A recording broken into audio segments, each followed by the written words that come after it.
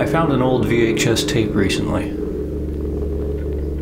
It was an edit record of some film footage I shot in 1985 in a suburb called Gordon Head, where I was a teenager. I'd projected the film onto a white wall and reshot it with a friend's camcorder so I could log without scratching my only print. But I never finished that film. The footage was lost. It was thrown in the garbage by an angry roommate. She was pregnant and wanted the room in the fridge for her free food from the clinic, and bags of white milk, even though she was a rich girl slumming from the suburbs. I guess she thought she was justified. I was on the other side of the country at the time. That's a long story. She was a tester. She'd test to see if you got mad, and if you didn't, she'd keep on testing you until you got mad. And I never got mad back then. I was proud of it. I used to say I could always see the other person's side of the story. Then she threw my film in the garbage.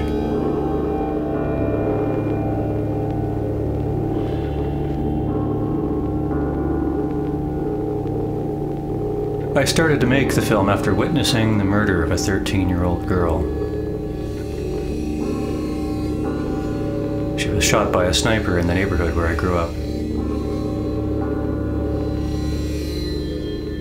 I even lay on my side on the road where she died.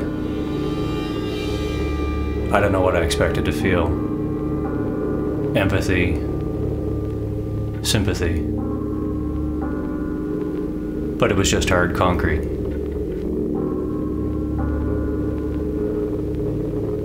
I filmed the split levels, service stations, and the air raid siren over the old Gordon Head store, while my friend Andrew drew in oil pastels. We talked about the light there, on misting, rainy dusks, even though it was just a suburb.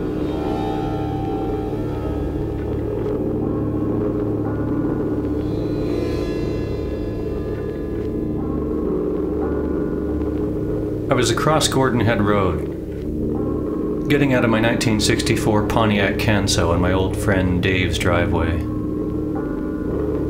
I heard a crack that bounced off the houses. It wasn't like a TV gunshot. It was like hearing a thin fracture form in the rest of the day. And as I looked up the girl with her friend, they were barely teenagers in their little jean jackets, laughing hysterically and poking each other on their way to my old gray block high school down Gordon Head Road.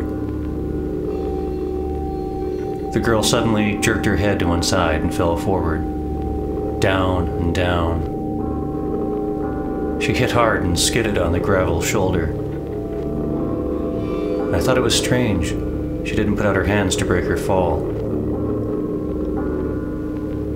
Some cars stopped, and a businessman with slicked hair and a red tie crouched beside her with his man's hand on her little moving back. And I ran into Dave's house and phoned the ambulance.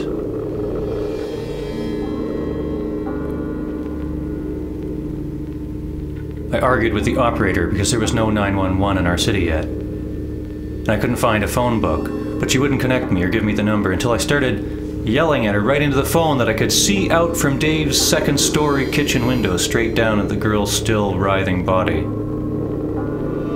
Her friend bending over, covering her own face with her bird's hands, bending low and bending low, low, her mouth open.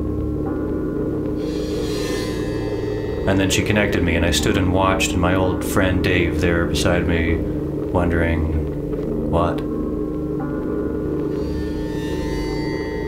After a while, 2 ambulance vans came, but she'd already stopped moving. The 4 men, all in white, went inside a van with the girl for a long time. But finally 3 of them exited slowly. 2 got into the other van, and 1 got into the driver's seat of her van, and they backed and turned and drove away without lights. And I kept thinking, why doesn't this feel more unusual? I mean, I'd already seen it. Thousands of times on TV. Over 18,000 times I read once in a magazine. 18,000 deaths by the time you're 16. But this was real and I didn't feel anything different. Yeah, I felt dead, like I was in shock. But that was the same deadness I always felt. Except when I was drunk and felt the panic and anger from feeling dead all the time.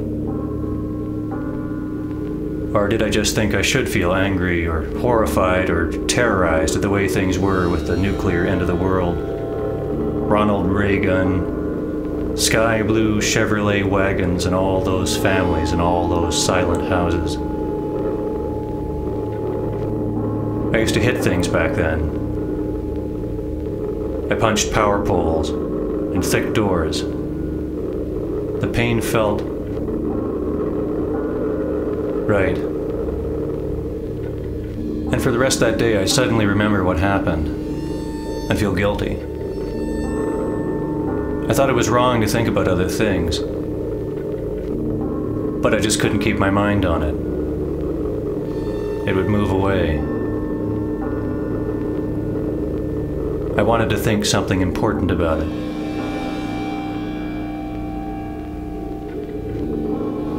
It was in headlines and people all over the city talked about it. On the sidewalks and in restaurants. It really affected them. Nothing like this has ever happened here, they said.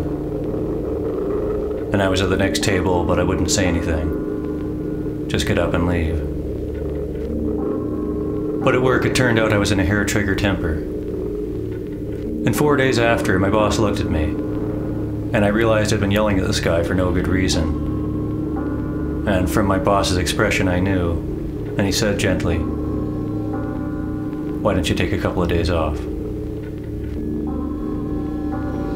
So I went to Long Beach with Dave. And we camped, and I tried to cry by talking about it on the sand, by the fire, with the waves rushing in at me and out again into the dark.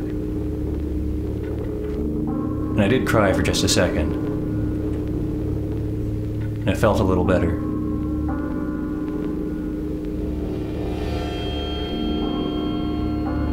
A few weeks later, I went back to school out east. And I might have forgotten about it, except I kept witnessing violence for the whole next year. Little things like rounding a corner on a downtown sidewalk and stepping into a pool of blood with no one else around.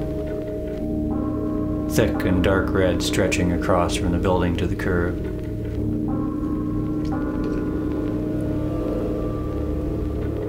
Or a 40-ish woman running in front of a car below the school cafeteria windows.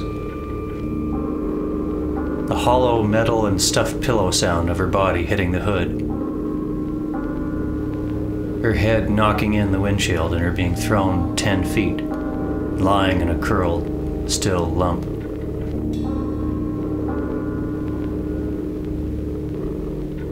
And 2 teenage boys in a knife fight behind the supermarket with red drops spraying all over the white cement, and them still circling each other. A crowd of kids with books and knapsacks watching and not moving. And my feet walking me quickly away like it hadn't happened.